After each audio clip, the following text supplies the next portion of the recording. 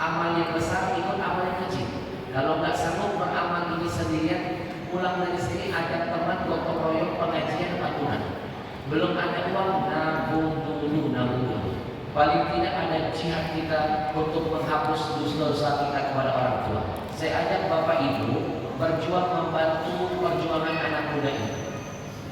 Anak muda ini punya 3 program. Program pertama, menghadirkan ulama gratis ke daerah-daerah.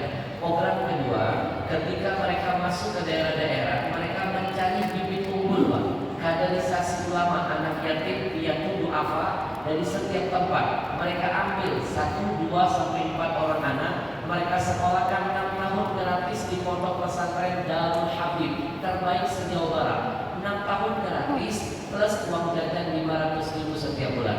Ketika dia belajar 6 tahun, anak ini hafal 20 juz saja minimal, maka dikirim ke Yaman. 4 tahun belajar ke Yaman, belajar dengan Habib Umar dan ulama-ulama dunia hebat lainnya.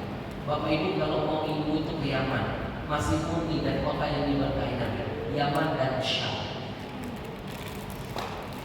Kalau Saudi Wahabi, masih murni ilmu sana. Dikirim 4 tahun ke sana, biaya beasiswanya satu anak 95 juta. Mereka yang juga balik mencari kadangannya. Lalu 4 tahun belajar, pulang, dibalikan lagi nanti ke kampungnya, langsung jadi ulama besar.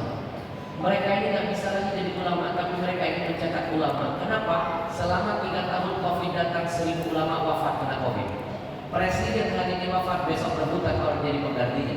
Ulama hari ini meninggal dunia 10 tahun, 20 tahun, belum tentu ada yang seperti mereka. Betul? Yang ketiga, mereka mengajak kita ngumpulin wakaf Quran sebanyak-banyaknya, Pak. Kenapa? Karena mereka dapat amanah dari Majelis Ulama Indonesia Pusat. Ternyata Al-Quran ini kita nggak sadar, nggak ngeh, Pak. Dari zaman Belanda sampai sekarang datanya hanya tercetak 53 juta Quran se-Indonesia. Dari zaman Belanda ya, sampai sekarang itu hanya tercetak 53 juta. Kalau nggak dimakan rayap, nggak sobek, berarti yang beredar se-Indonesia 53 juta.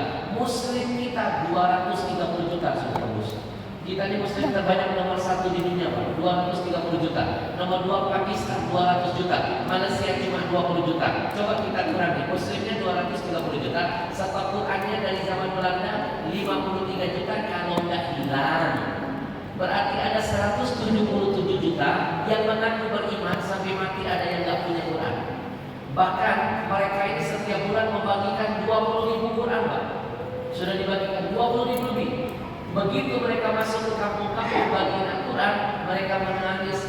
Banyak rumah-rumah yang jangankan 1 Quran, 1 surah Yasin tidak ditemukan. Bapak Ibu nggak usah jauh-jauh ya di masjid ini. Ini kalau penuh jamaahnya 500 orang mungkin. Apakah masjid sudah menyiapkan 500 bacaan Quran buat jamaahnya? Nggak usah jauh-jauh. 1 orang di antara kita bisa beli 1 handphone, bisa punya 1 orang 2 handphone. Belum tentu 1 orang punya 1 Quran, apalagi pernah mewakafkan Quran buat ayah ibu. Di rumah kita ada 10 orang yang tinggal di rumah. Apakah punya 10 Quran? Belum jaminan. Maka Bapak Ibu, itulah sebabnya berkah Indonesia dibilang kita jauh dari Al-Quran. Mereka ingin mengajak kita menjaga keberkahan diri kita, desa kita, rumah tangga kita lewat Al-Quran. Bapak Ibu, nanti cukup angkat tangan, sebutkan nama, sebutkan jumlah Quran yang siap engkau wakafkan.